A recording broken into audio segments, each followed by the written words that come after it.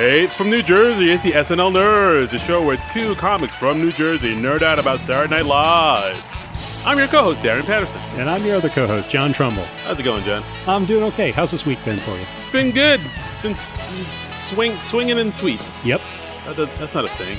Yeah, it is now. Thank you. Yeah, it is. It is now. It is. Swinging and sweet. That's what all the kids are going to be saying. Swinging and sweet. Swinging and sweet. Like Darren Patterson, like Darren Credible. Zingaroo. Yeah. All right, so guys, SNL, they're off this week. Mm-hmm. No SNL, no new one until the 30th. So John and I decided to do another one of those episodes, like a collection episode. A big theme show. A theme show. That's the word I was looking for. Yeah. That's the ticket.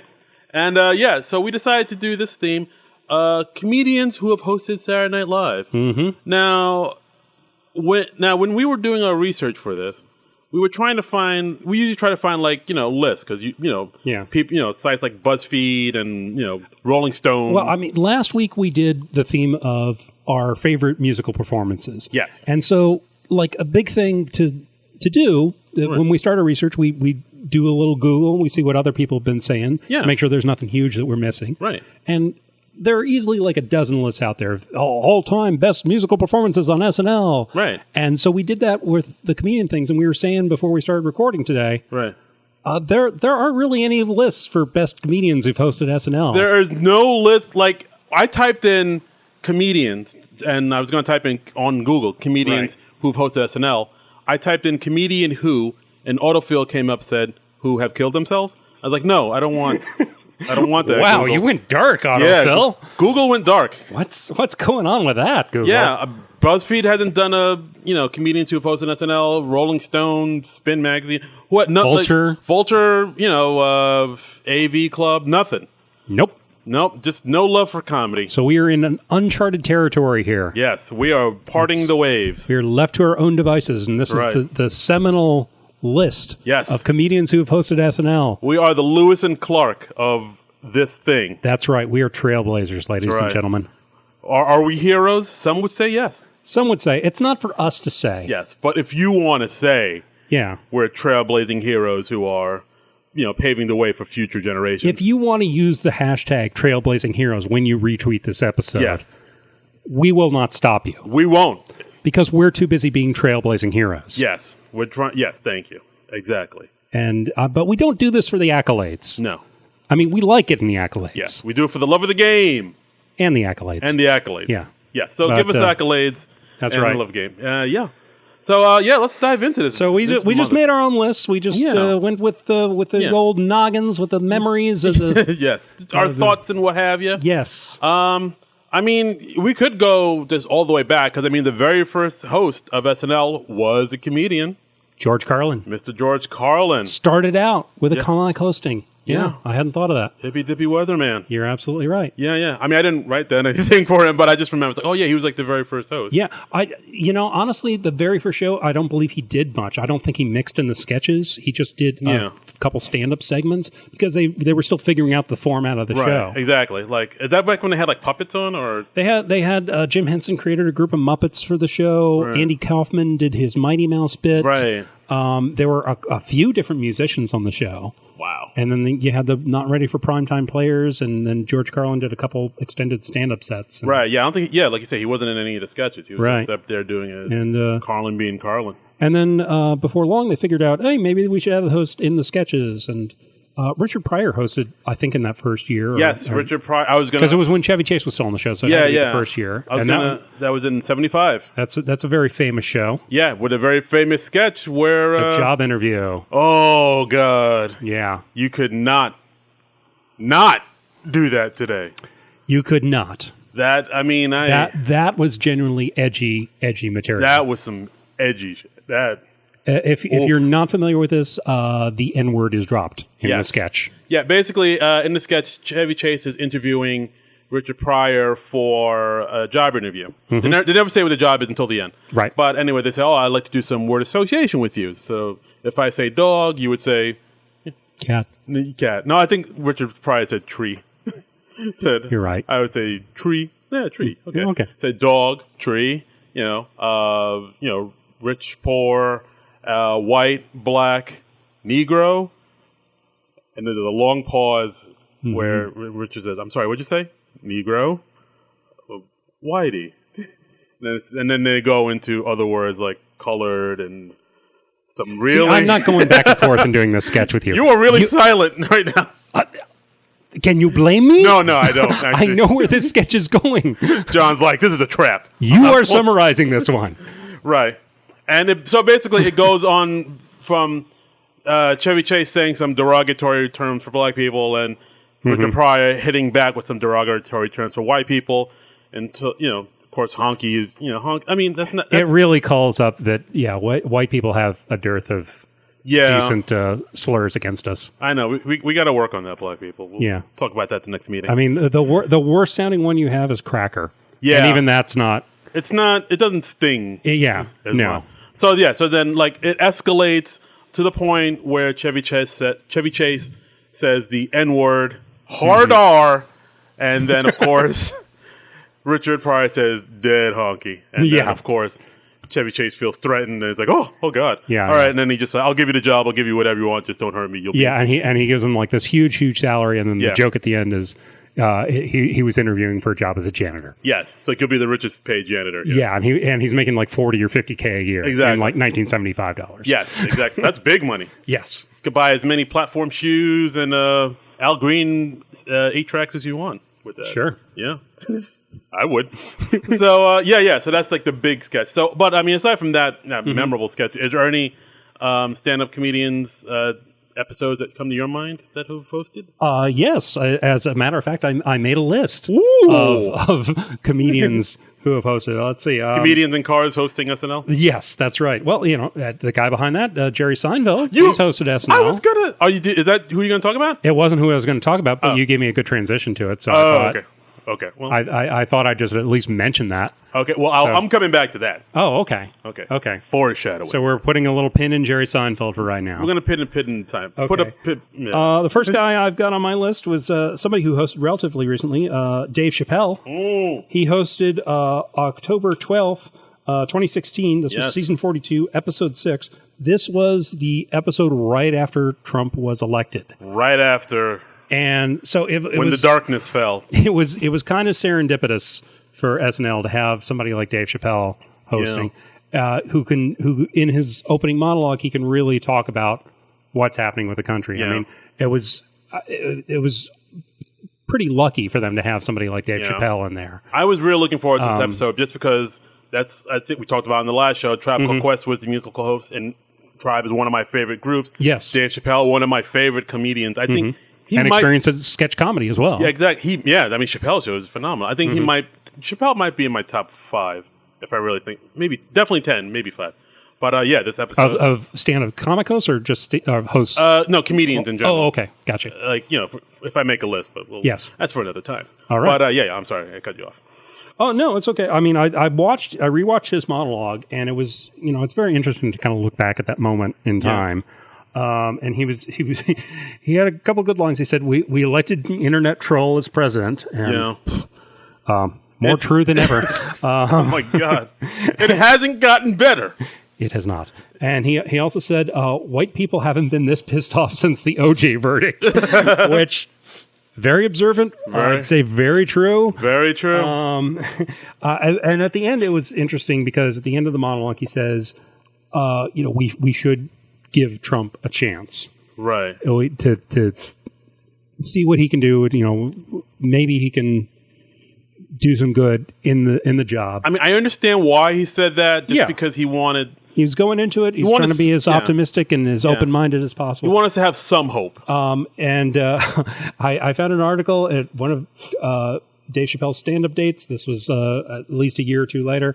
He says, I was the first guy on TV to say, give Trump a chance. He says, I fucked up. I'm sorry. Yeah. So Dave Chappelle has walked those statements back. Yeah, he's since then saying, I shouldn't have said that. But there was one sketch that I really liked, the very first sketch, where it was with him during election night and all the white people around him. They're watching the election returns. And they're like, all right, well, it looks like Pennsylvania went red, but they don't count, right? Right. Like, it was around, like... It's all these Hillary supporters, and they're just... It's the gradual realization that she is not going to win. Right. And like Chappelle, like the only black guy in the room, is kind of not surprised by this, although everybody else is surprised. At the end, when it's like definitely Trump, they're like, guys, I think America is kind of racist. Right. And also, Chris Rock makes a surprise cameo. Yeah. Chris Rock like comes out from the bathroom. Yeah. And they're like, he's been in the bathroom this whole time. Or he comes out of some other room in the house. Front door, I think. Yeah. Or okay, he shows up late to the party. But yeah, when they're like, guys, I think America is kind of racist, and Chris Rock and Dave Chappelle are just hilariously like, oh yeah, you think? You think? Oh yeah, I think my grandfather said something about that happening. Yeah. I mean, it's great commentary. I think his old writing partner Neil Brennan might have written that sketch. Probably. It wouldn't surprise me if he brought Neil Brennan in. Yeah, it was a good sketch. But yeah, I mean, that whole episode I thought had some really strong points too. I really dug that. But yeah, good. Chappelle, like one of the greats, and it was a great episode. It was great. I'd like to see him come back to host again. Yeah, well, I'll give him a call. That would be fun. I'll talk to him at the next meeting. So you mentioned Jerry Seinfeld, and I did mention Jerry Seinfeld. Yeah. You know what? This goes right into what I'm going to say. It's scary. I was going to talk about the time Jerry Seinfeld hosted in April of '92, and there's 2 sketches in there that I do still think about from time to time. He did this one sketch called Stand Up and Win. Do you remember this one? No, I don't think so. All right, so basically it's he's a host of a game show called Stand Up and Win, but he's the host of the show, but he's also a stand-up comic. Oh. And all the contestants are stand-up comics. I think I remember this. And they're all like doing like Seinfeld-esque voices. Yeah, they all talk like Seinfeld. And who are these people? Exactly. Yeah. And like so the game goes like it's like a Jeopardy style game show where the questions are some stuff like and what's with the deal with the black box? And then the contestants have to answer. Be like, I know. If that's the only thing that survives, why don't they just build the plane around the black box? And that's the whole sketch where it's just... I remember that. And then, like, that's when... Who was on that? Dana Carvey was on it, Rob Schneider, and Adam Sandler. And Adam Sandler, he always answers the questions with, who are the ad wizards who came up with this one? Yes, I remember that. I don't know why I always think about that. Who are the ad wizards who came up with this one? And then there was this one that really dates it where it says, have you seen this one for the clapper? I mean, have you seen it? And it's just like, oh, that's hilarious. That was funny. And of course, what's the deal with airline food? And that's a whole sketch. Just like him asking questions. Right. And them coming up with the punchlines for it. And there's this other sketch that I really got a kick out of. I don't know why I still think of it, but do you remember this one with Elijah the Prophet? No, I don't think I remember this one. This is from the same show, the 92 Same show, Jerry Seinfeld hosted. Okay. 90. So basically, it's a Jewish family having a Seder on Passover. And they, apparently in Jewish religion, I didn't know much about this, but apparently in Jewish religion, you leave a seat open for Elijah. You set an extra plate for him. Yeah, and you have to open the door for Elijah. Right. And so around the table, it's Mike Myers, he's the grandfather, Rob Schneider's the son, and Julia Sweeney and Kevin Nealon are the mother and father. And so Kevin Nealon goes to open the door, and it's Jerry Seinfeld dressed as Elijah. Elijah has come, but he plays Elijah as like very obnoxious house guest. Oh, cute. Like, it's like, oh, what is this, Manischewitz? Like, how do you drink this swill? And he's like, he's just kind of, insulting everybody. And at one point he sees like the grandfather, and it's like, oh, you look down. Let me let you in on something. September 24th, in your sleep. Wow. and it was like, whoa. He just told the grandfather when he's going to die. And then he hits on the daughter. He's like, hey, baby, what's up? I'm Elijah the Prophet. Wow. It's like, oh, let me ask you my 4 questions. Are you a virgin? And she says, yes. It's like, well, that takes care of the other 3 questions then. Am I right? It was really just out there. He was just like, just letting it ride and flip. And of course, at one point they mentioned how I thought the Messiah was supposed to come in after you. And then, of course, Phil Hartman comes in dressed as the Messiah, and he's like, "Oh, Elijah, what's up?" And they, high five each other, and they're like, "Hey, where's the party at?" I don't know, Elijah the Prophet. If you can find it, I think it holds up. That's funny. The Seinfeld sketch I really remember was he hosted again years later. This was after the Seinfeld TV show ended, and they did. And you remember how Seinfeld ended with all the main 4 getting thrown into prison. Yes. And so they did. This was maybe about a year after Seinfeld ended. They did a thing where it was Jerry Seinfeld in Oz, the TV show Oz. Oh, and it was Seinfeld doing his all his Seinfeld things, like his obsession with little things, and then he's in the hardcore Prison of Oz. And I think they even had a few cast members from Oz cameo in this. This was like a film segment. I don't remember that at all. You don't? Oh, okay. No. It got kind of dark. Huh. You see like Jerry flossing and oh Lord! All right, or there's like a prison riot going on behind him or something like that. But I think probably yes. Oh Lord! But wow! All right. Yeah. I gotta check that out. Yeah. Holy moly! All right. So what else do you have written now? What else you got there? What else do I have? Well, what else do you have?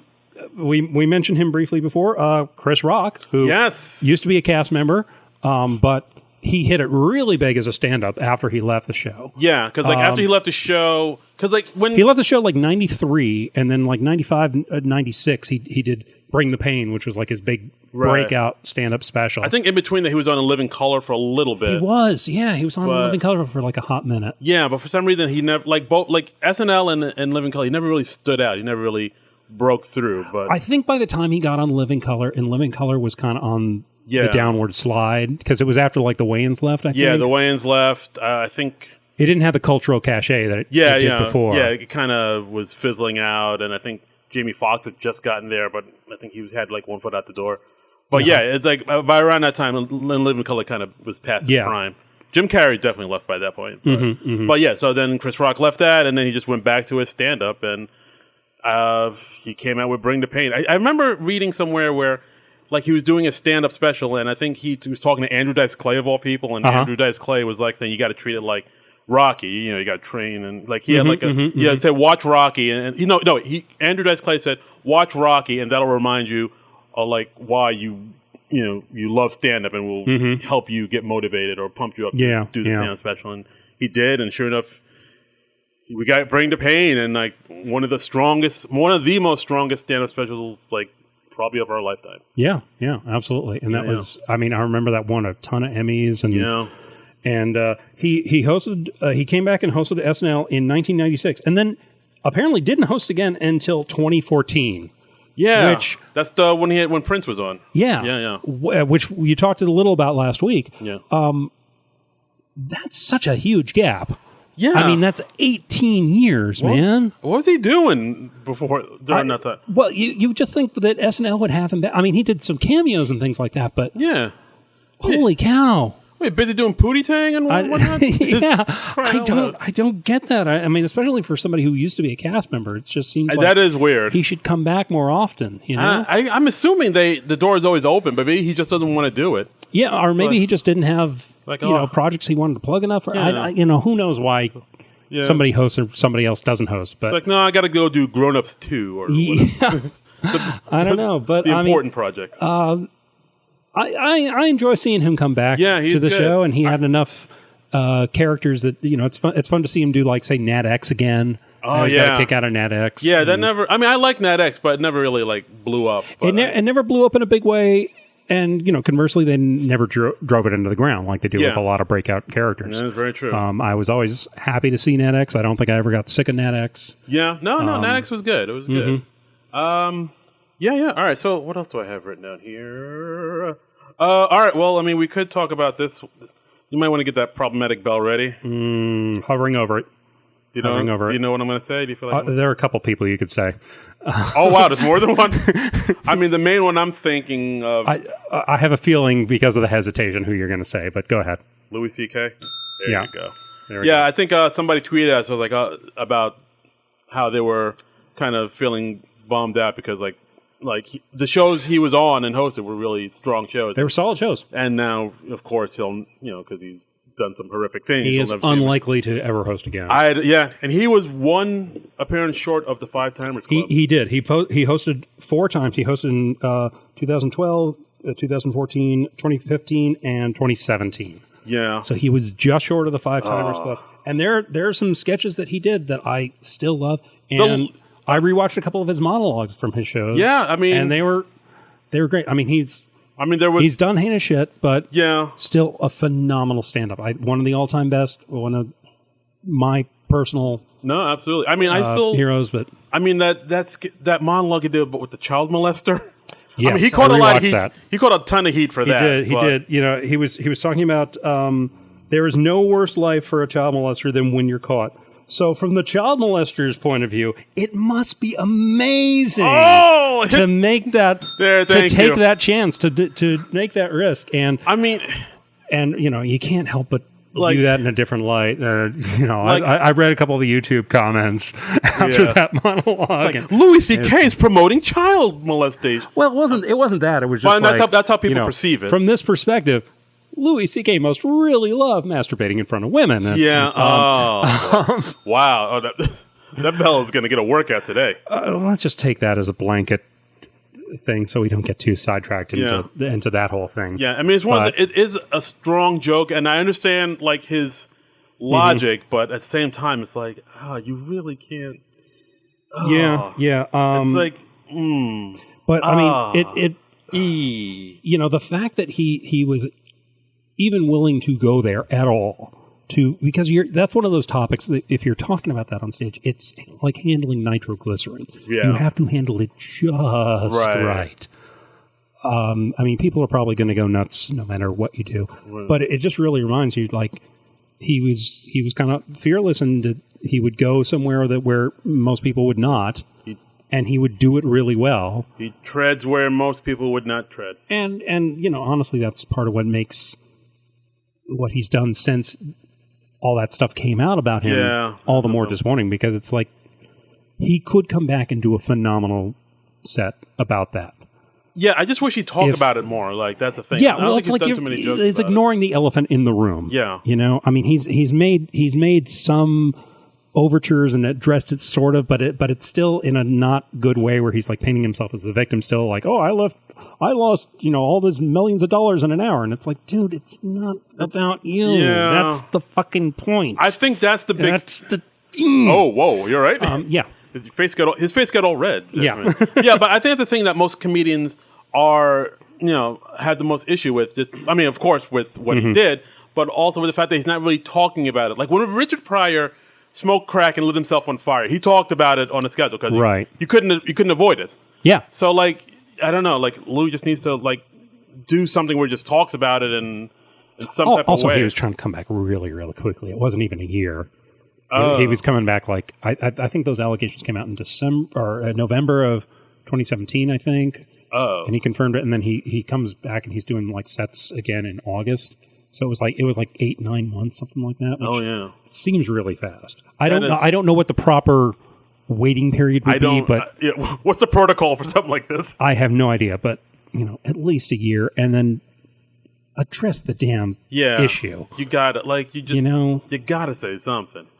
Yeah, but and maybe he will still find a way back. And I'm not entirely certain, if he should or if he deserves to or what. I mean, those are such huge pretty bad issues. Pretty gross. And it's a shame, not just that he did that, but that his manager apparently made it very difficult for all the women he did that to. Yeah, and then there's that. And, wow, yeah. So there are all those voices that we don't get to hear for their comedy careers. A lot of them got out of comedy after that. Yeah, it's which is just, hey, let's talk about something else funnier. But there's still there, and part of the reason it bugs me is because he was a really strong host for the show. Yeah. He was a great host. He was. They wouldn't have brought him back 3 more times if he wasn't a great host. Absolutely. The Lincoln sketch. The Lincoln sketch. I was just going to mention that. There was a parody of the Louis opening, and he's playing Abraham Lincoln. And, as a stand-up comedian, and it's done in the style of the old Louis. Have you been able to find any of those sketches online? Or? I didn't look that hard. I mean, I was able to find his monologues on YouTube, no problem. Okay. I don't think a lot of his sketches have been removed. Because there's probably still a high curiosity factor. Yeah, I would guess. Right. But I mean, I love like he's just sitting at a bar, and then he's right next to. Well, he was like sitting next to Keenan. Yes. And then Keenan's like, he's as Lincoln, he's kind of expecting praise. Because thanks for freeing, liberating us. Thanks for getting rid of slavery. Yeah. And Keenan, and then later on Jay Farrow, they're just not having it. Yeah. Like, oh, thanks, I'm free, but now I got no job and I'm uneducated. Yeah. What am I going to do? Keenan's like, he'll be paying for this. Yeah. And then I love at the end, he like tries to cozy up to Jay Farrow, and Jay Farrow just goes, "Hey, nobody shot you yet?" Oh, Jesus. Which hardcore. Too soon, SNL. Too soon. And yeah, they even reconstructed the opening credits of Louis. They even to the point of having like the guy who like gives the finger. Yeah, that was a nice little detail. I know, and it was like right when they had the blackout in the city. Like they were shooting that, and a lot of the city was still blacked out. Oh wow, that's right. Oh man, I forgot about that blackout. Yeah, it was after I think Hurricane Sandy. I blacked out the blackout. Like he did another sketch he did. I love was. He was working in a Sprint store. It was called This Is How I Talk. Yeah. And he's like a guy, he's like, oh, I've been unemployed for a long time, and I really have to keep this job. I can't screw anything up. And his manager, Leslie Jones, comes over, and Leslie Jones is, she has very... Go on. Throw me a rope here. I don't remember the sketch. I really don't. I'm sorry. She has a very colloquial way of speaking. She's very ghetto, for lack of a better term. Oh my God! Hit that bell. There you go. Okay. But you know what? I do remember the sketch now. Okay. Oh, now you do. Thanks. Thanks. Ain't I a stinker? That's for you. But it was yeah. So basically, Louis is imitating the way Leslie Jones talked, and he's like, "Oh, I don't know." Yeah. What you talking about? Yeah, and that sort of thing, and then she's behind him and she catches him, so he pretends that, oh no, this is just how I talk, and then the sketch he keeps this up for 6 years. It's the long con, and so that was a very funny sketch. Like he was very funny in it. Even Leslie Jones was all right in it. Yeah. It was a good sketch. Like, I don't know how this Louis C.K. thing's going to play out, but I don't know. We'll guess we will keep you updated here. And there was. SNL Nerds. Do you remember the soda shop one? The soda, I think so. Where he's in like a 1950s ice cream parlor. Yeah, I kind of remember. And Cecily Strong comes in with her friends, and she's disappointed because she wasn't asked to the sock hop. Oh, okay. And he's like, well, if I was 20 years younger, I would take you. Heck, I'd even take you now at the age I am now. And then he's just making all these creepy overtures to Cecily Strong. That sounds okay. Again, this sketch is, maybe not aged the best in the year and a half since it was done, but aged like fine milk. But it was. I still found it funny. It was a well done sketch. Yeah, you can be a terrible person and make great comedy. Absolutely. Sometimes, yeah. Absolutely. The two, we are living proof, right? Yeah. Whoa! don't put my business out there like that. I'm a phenomenal person. So what else have you got? Who else have I got? We went on a Louis tangent. That was great though. Well, there's a lot to say about him. A lot of meat on that boat. Well, there was somebody else. I don't know. I don't know if this is somebody else who deserves a bell ring or not. Go ahead. Aziz Ansari. Should I ring the bell? I don't. I'll ring the bell just in case. Yeah, just but I think he's okay. I think a lot of people saw what he did, and Aziz, I can see making a comeback. Yeah, I mean he has. He's already like touring. Yeah. He's playing like theaters again and whatnot. And I think he's okay. Addressed his stuff more. Yeah. But I mean, there was even an SNL sketch about this. The sketch that was called "Dinner Conversation," which was like four people. They were out and they were all trying to tiptoe their way around the Aziz Ansari conversation because there was this woman who came out who had a date with him, and he was like very aggressive and pressuring her into sex, and she goes along with some of it, but she still felt very pressured and I guess violated and. Yeah, it was a whole thing. I apologize if I'm phrasing this badly, but yeah, it's just still weird to talk about. It is. We're still coming to grips with it. Yeah. It hurts us. But Aziz actually he hosted. It was right after the Trump inauguration, like literally a day after. It was season 42, episode 12, January 21st, 2017. So literally a day after. And he had a few good lines in that monologue. He said, Donald Trump is the Chris Brown of politics. And he was talking about how there were like all the racists that were feeling empowered now, like, we don't have to pretend we're not racist anymore. And he's like, no, you've got to go back to pretending. And Yeah, I mean, it was a really strong monologue. Yeah, it was a good episode too. I thought he did a good job. I would like to see him get another chance at hosting. I don't know if that will happen. he will. I see him coming back before I do Louis. Oh, definitely. Yeah. No doubt. No doubt. Like maybe in a couple, like in a year or two, like you'll see us as easily. Yeah, it's certainly possible. It'll be certainly possible. Yeah. And I liked his show, Master and None too. I thought that was a great show. I really enjoyed that. Absolutely. I want to see that show come back. Yeah. Is that?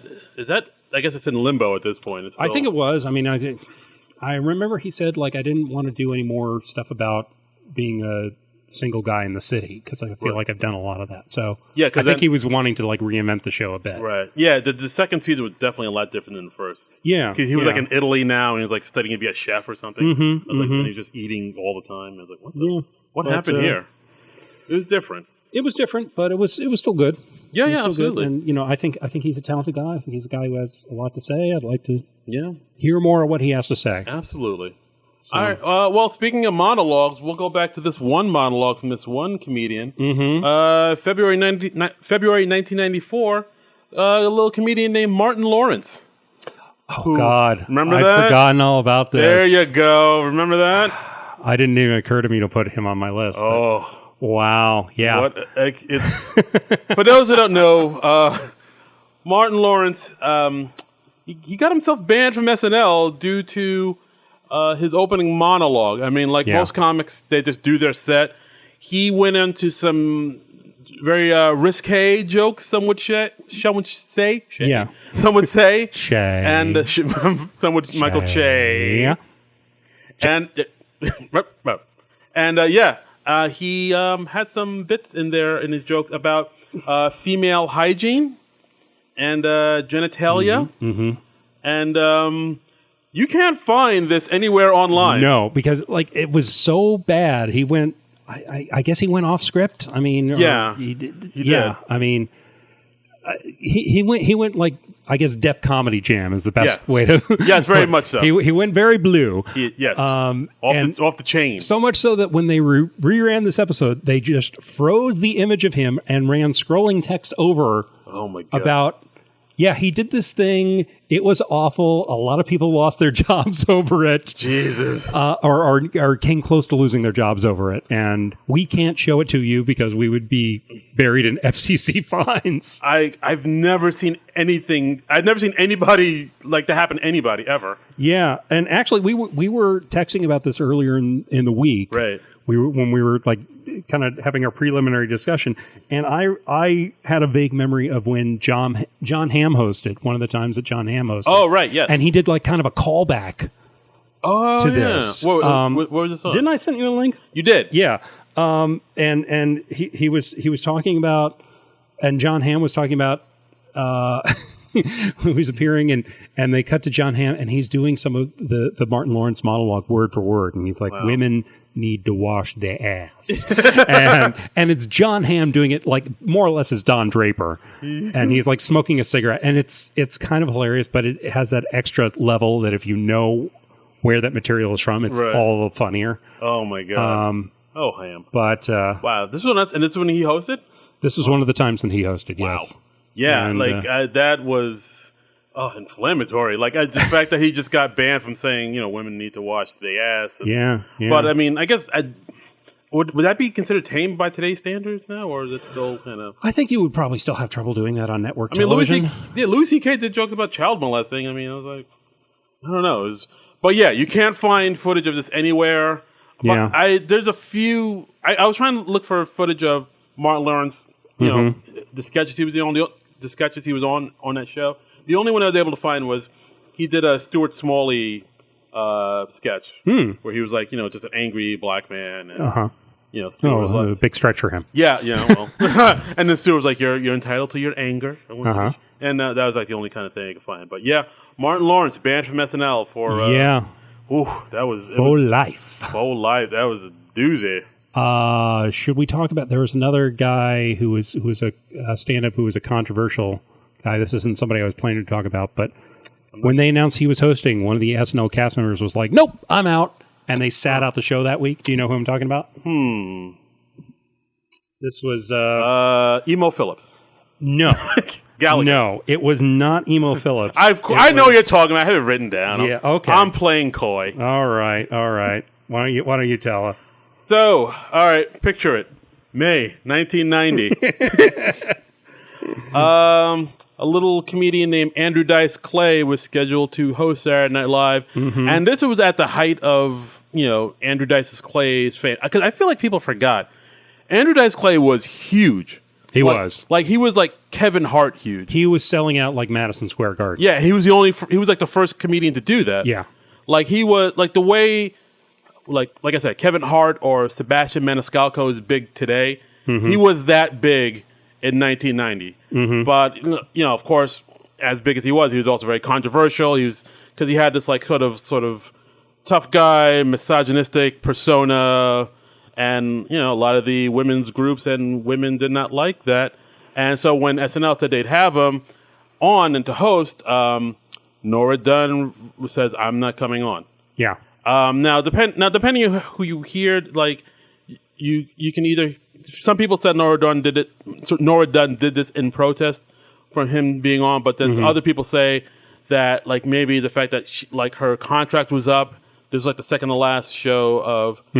the season, so like maybe she was like looking to like re-up or just kind of leave on it might have been a publicity very much so, like or some sort of exactly thing to get a little more attention. Like they interviewed John Lovitz about it, and John Lovitz said that like Nora Dunn was kind of hard. A lot of the cast members found her hard to get along with, and like the fact that she went to like people like like groups like Now to say that she was not going to be there instead of going to Lauren about her issues. Like she didn't. Yeah, she went to the press first. Yes, from what I understand, very much so. Yeah. Like so, and like John Love said, why would you go to the press? Why don't you go to Lauren Michaels? Talk to him about it. Talk to us about it.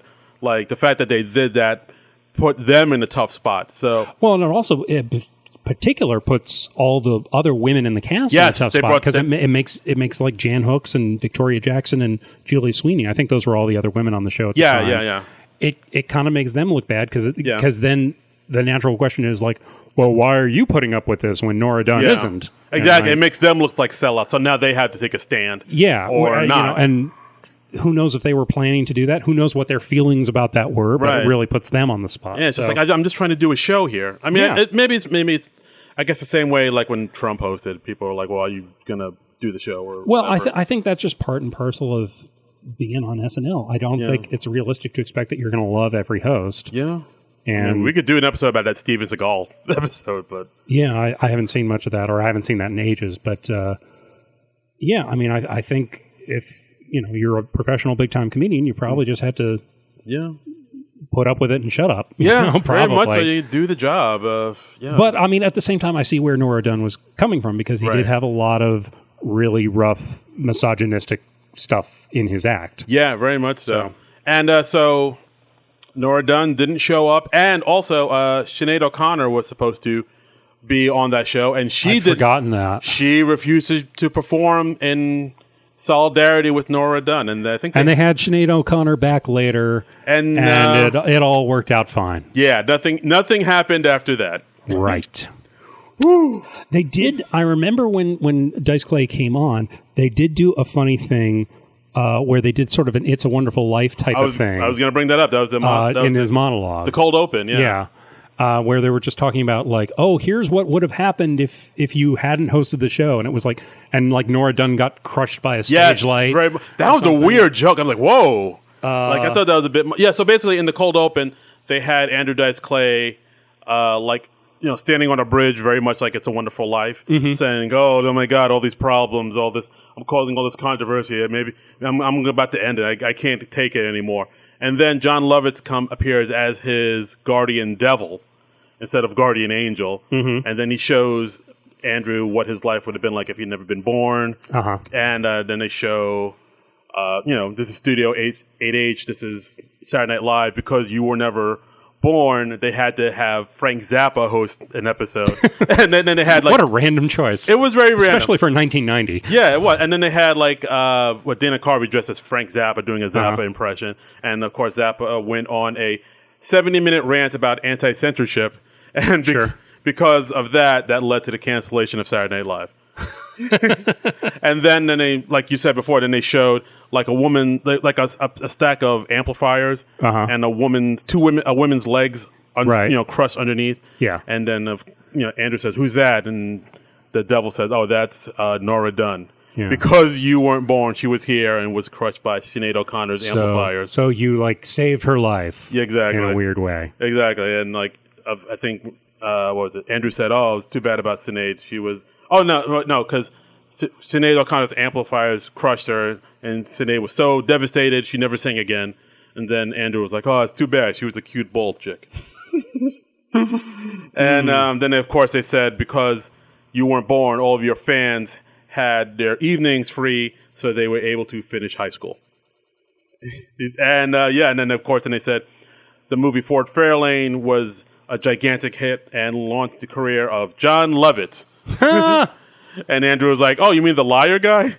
And he's like, "Well, that's not the only role he played." That's cute. I didn't remember that. It was good detail. Yeah. I know there was a good sketch he was in.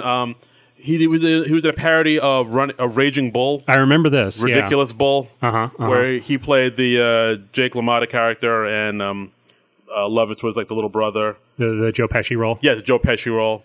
And of course he's saying, "Oh, I want you to hit me in the face, hit me harder. Oh, you didn't get me down." Right. And it's like, "All right, now I want you to take that plate and break it over my head, harder. Oh, I'm still standing, Joey." And then of course it escalated to, "I want you to take that baseball bat and hit me on the head.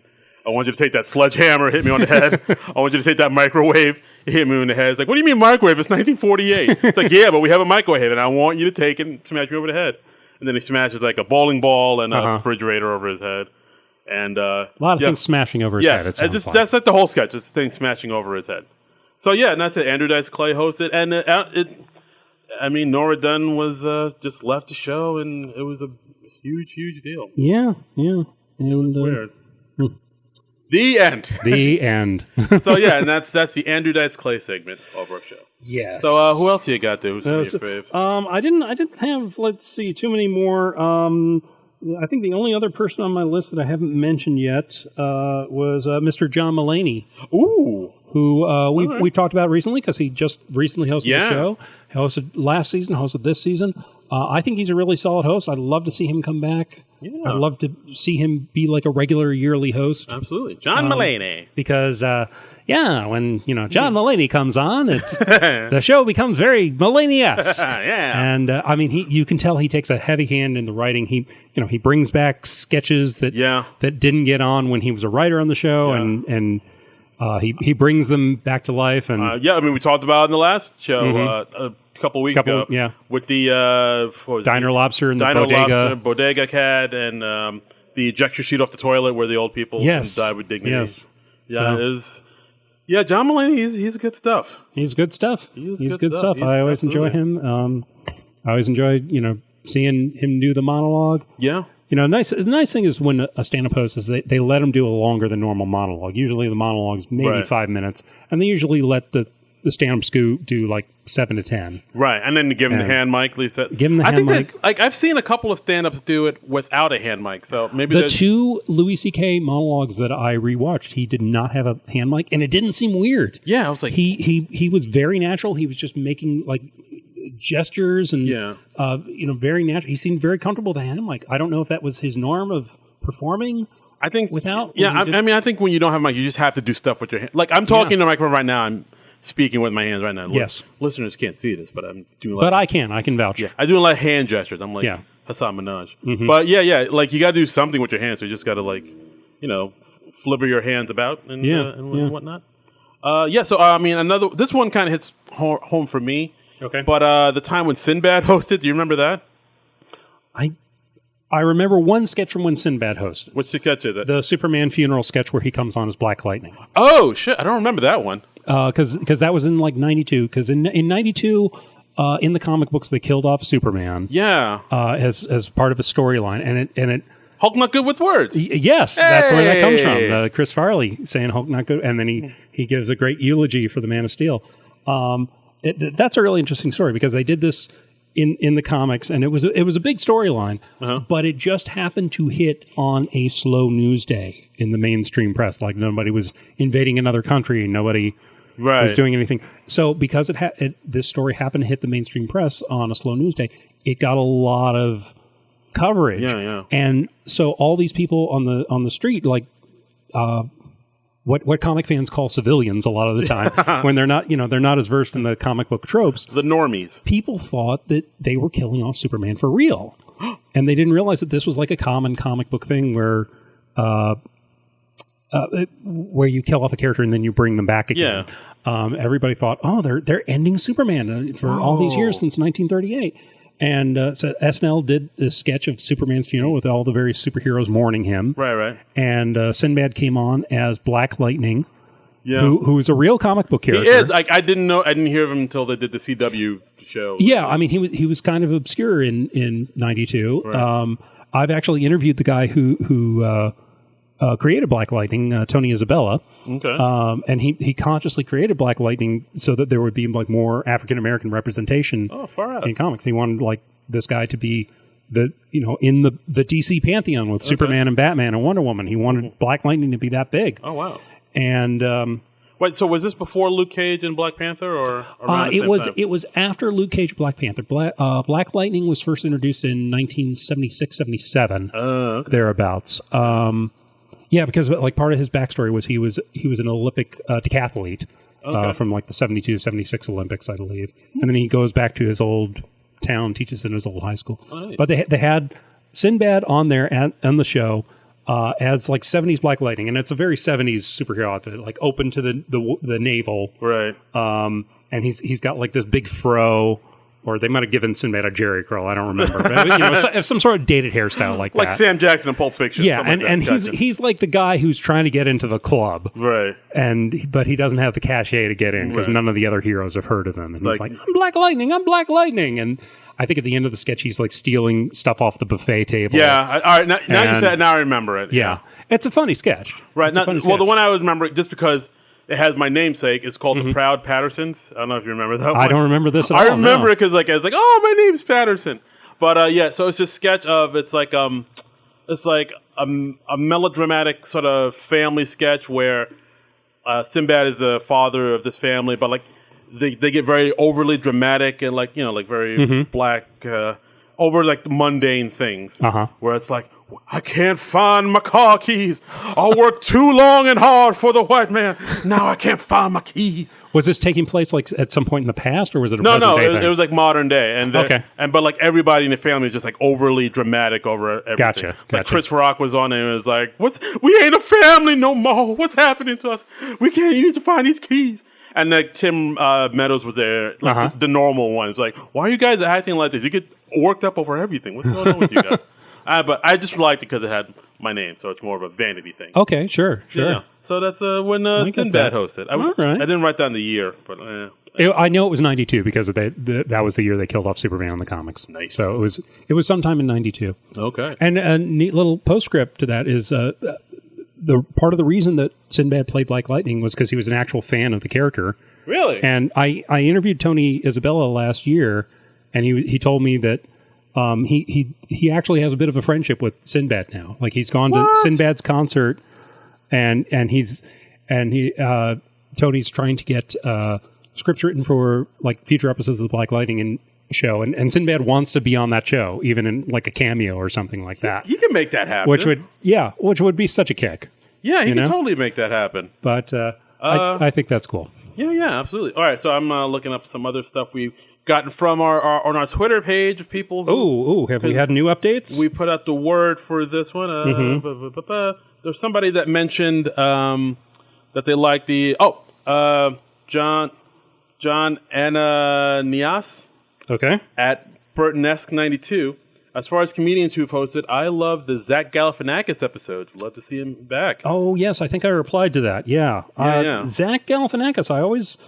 He's hosted, I think, at least twice, and he's always done something really creative when he's been on. There was a sketch from him I rewatched recently. That's tough to say.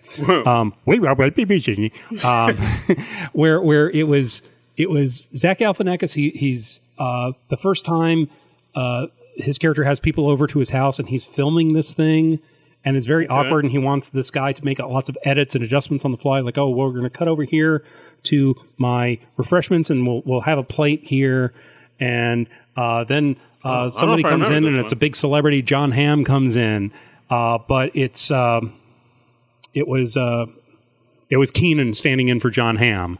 Oh. And he's like, oh, no, I'll shake hands with you. And then he's like, oh, and I'm going to wink at the camera, but I can't physically wink, so I'm just going to blink, and then we'll just edit it so that it looks like I'm just closing one eye. Oh, wait, no, I do remember. And then they ran this again, like a few minutes later in the show with all the edits he was talking about. And obviously somebody at SNL was editing this on the fly. Oh, and they actually had John Hamm in there. But like when it's like a very clumsy split screen thing where it's just John Hamm's images, and when they shake hands, you still see it's Kenan Thompson's hand. Right, okay. Shaking hands with Zach Galifianakis. Okay, I remember. Yeah, I always like that when like they do one sketch and then they do another sketch that references the last sketch. Like it's like, oh, it's like a nice little callback. Yeah, so he basically did like a 2-3 minute sketch that was basically set up for this other sketch. And that's amazing. And they literally would have to edit that on the fly, like during the commercial break. Yeah, that's insane. Or they probably had like a commercial break and one other sketch in between. But that's amazing. Ooh. I remember another time when Zach Galifianakis hosted, and then for the Good Nights, he's shaved his hair down to a mohawk, and he says, like, okay, so we're just not doing the Mr. T sketch then? Oh, that's right. And he actually shaved his head down to a Mr. T style mohawk on Mandika, just for that gag. In the Good Nights. He shaved his head for like a sketch. Not a sketch, but like a joke. Yeah. For like a joke in the Good Nights. And SNL actually put up video of him like shaving his head for that, like during the commercial break, because he's doing it in a rush. That's commitment. That is incredible commitment to a bit. I mean, and that's like Zach Galifianakis, very brave comic. I mean, he does stuff that you won't see from anybody else. He's one of a kind. Yeah, no, absolutely. Like I remember his. I mean, I've seen his stand up, "The Life from the Purple Onion." Yeah, I really dug that one, and I go all the way back. If you remember, do you remember when he had like a talk show on VH1?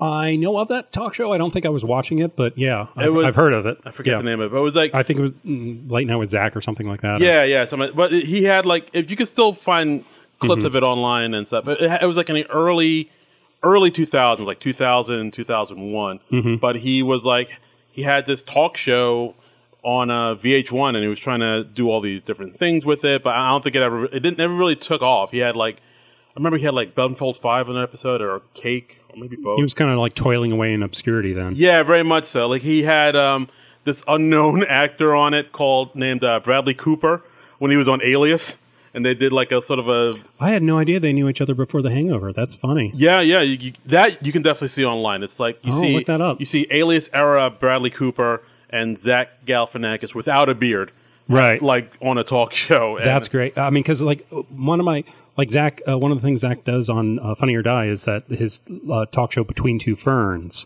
Yes. And I don't know if you've watched much of that, but like one of my favorite episodes of that is where Bradley Cooper comes on, and it's a very incompetent talk show. Like they put Bradley Cooper's name up on the screen, but it's spelled as Brad Lee Cooper. Yeah, I did do that a lot with all the people. They anybody introduced, like they always misspell their name. And the two of them like get into a fist fight by the end of it. Yeah.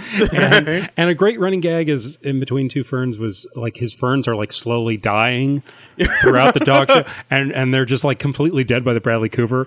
And they just had a little tag at the end where Bradley Cooper just goes, "What are your fucking ferns, man?" And then they start fighting again. And it just cuts to the theme song. Yeah. And it's very like, basic access cable. Very much so. Funny stuff. Obama came onto that. Yeah, that was insane. When they first released the Affordable Care Act. I mean, Obama came on there to promote it. I don't know how he gets these people on, but yeah, it was pretty incredible. That's incredible. Yeah, but Zach Galifianakis, I'd love to see him come back. He hasn't hosted for a few years. Yeah, he needs to come back. I want to see that. But the show, I just looked up. It's called Late World with Zach. Okay. It came on during the spring of 2002. Lasted one season, 36 episodes. That was wow. It's I don't even know if you can find it on DVD anywhere, but like if you can find it on the interwebs, it's It's got to be floating around out there yeah, somewhere. it was definitely before its time. Yeah, I had no idea that he and Bradley Cooper knew each other before The Hangover. I mean, I know those guys are tight because, like, I remember Bradley Cooper and Ed Helms both made a cameo on one of Zach Galifianakis' SNL episodes. So, that's right. So obviously they're pals in real life. Yeah. See? So now you know the rest of the story. Okay. All right. So that's all I really had. I had a few in considerations. Like, I wish I kind of did more research about some of these, but some of the other comics that I've hosted, of course, Kumail Nanjiani. Rosie O'Donnell hosted years ago. I did see one sketch where Roseanne is hosted. Amy Schumer. Roseanne Barr. We should have mentioned. We should have mentioned that too. I didn't think of her until just now, honestly, because I think she hosted like back in the '90s, sometime when Roseanne the show was really big. Right. I remember her doing a sketch with Linda Richmond. It was her and Madonna. Oh yeah. And her and that was the one Barbra Streisand made a surprise cameo on. Yes, the coffee talk one. No big whoop. Yeah. Who else hosted? Steve Martin. He's basically. We would have felt really stupid if we released this episode and we didn't mention Steve Martin once. We got to put in a Steve Martin. He was basically. He's almost a cast member, but not quite. He was huge as a stand-up in the late 70s. Again, like Kevin Hart big. He was like, the wild and crazy guy. Him in the white suit with the arrow through his head. Yeah. He was selling out stadiums. He was the guy. He was the man. And he was on the show so much that a lot of people think that he was a cast member. But he's still one of the people who's hosted most frequently. Like it's well over a dozen. More than Paul Simon? Probably. I'd have to look it up, but okay, well, we'll get on that. But yeah, he's the Fenstruck brothers, Theodoric of York. He has reoccurring characters, but he's not a King Tut. King Tut. Yeah. Got a condo made of stona. He's my favorite honky. Condo made of stona.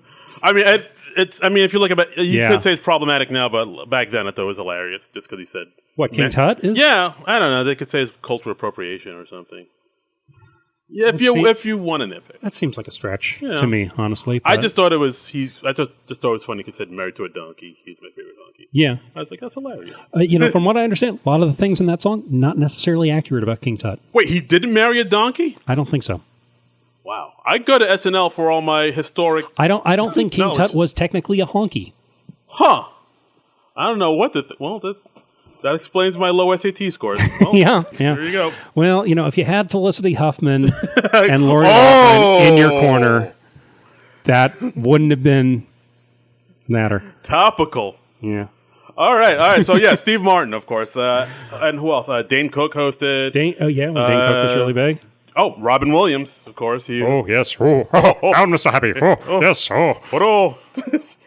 Bernie Mac. Kevin Hart. Bernie Mac, I've forgotten. Bernie Mac hosted, yeah. Wow. Yeah. Kevin Hart, Tiffany Haddish. Tiffany Haddish? That was only a year or two ago. Yeah, right? that was very recent. Jon Stewart.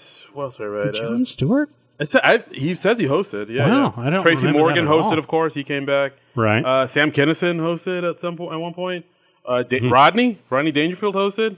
I got to look more. That was like back in the 70s, right? Yeah, I think so. Yeah, definitely. Gary Shandling, Sarah Silverman, and apparently Damon Wayans came back and hosted, which shocked me because after he was fired from the show. Yeah, because I did see there was a sketch where I think it was in the '90s, like when SNL was on the downslide, because he did a sketch where he reprised his Men on Film character, but he did it with Roger Ebert. Chris Farley as Roger Ebert. I swear it's out there. Wow, that sounds bizarre. It was. I swear I saw it online and then it triggered a memory. It's like, oh yeah, I kind of remember that. I've forgotten that existed. Oh my God. Yeah, for those that don't know, there was on In Living Color this thing called Men on Film where Damon Wayans and David Alan Grier play two flamboyantly homosexual men, reviewing movies. And if you look at it now, it's pretty offensive. But he reprised it. Thank you. He reprised that character, but it was him in his flamingly homosexual character with Roger Ebert played by Chris Farley. And that sounds so weird. I want to see it now. Well, we may have to.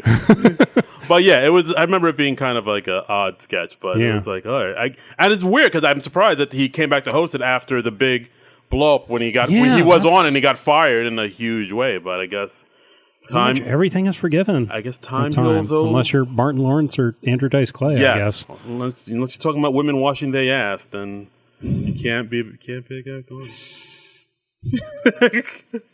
Women need to wash their ass. Like, why? Wow. It's a weird hill to die on. Really is. I'll just say that. This needs to be heard. People need to know that women need to wash their ass. Why is no one's backing me up on this? Everybody's slowly backing away. Why aren't you saying anything, man?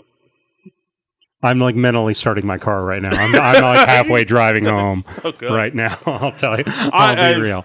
Okay. And that's our show. Anyone else? We covered pretty much everybody? Pretty much. I think we've at least mentioned most everybody in passing. Yeah. I think we got everybody. Yeah, sure. You know, this would have been easier if we could have had some BuzzFeed lists to work off of. But no. No, BuzzFeed has to do the top 10 whatever you have. Yeah. We go the top 10 kombuchas to drink while, in your gentrified neighborhood rooftop parties. That's right, BuzzFeed. We're calling you out. That's right. Don't add us. No, or you can add us. You can go ahead. Let's get a feud going with BuzzFeed. Yeah, that'll probably be good publicity for us. I could use some followers. Sure. That'd be great. Yeah. I'm like just on the verge of 700 followers on Twitter now. Whoa. Yeah. Guys, let's just on the verge. Let's pump that up. I'm at like what is it? It's like 696, I think. Let me see. 697. Look at that. Look at that. You got the SNL Nerds bump.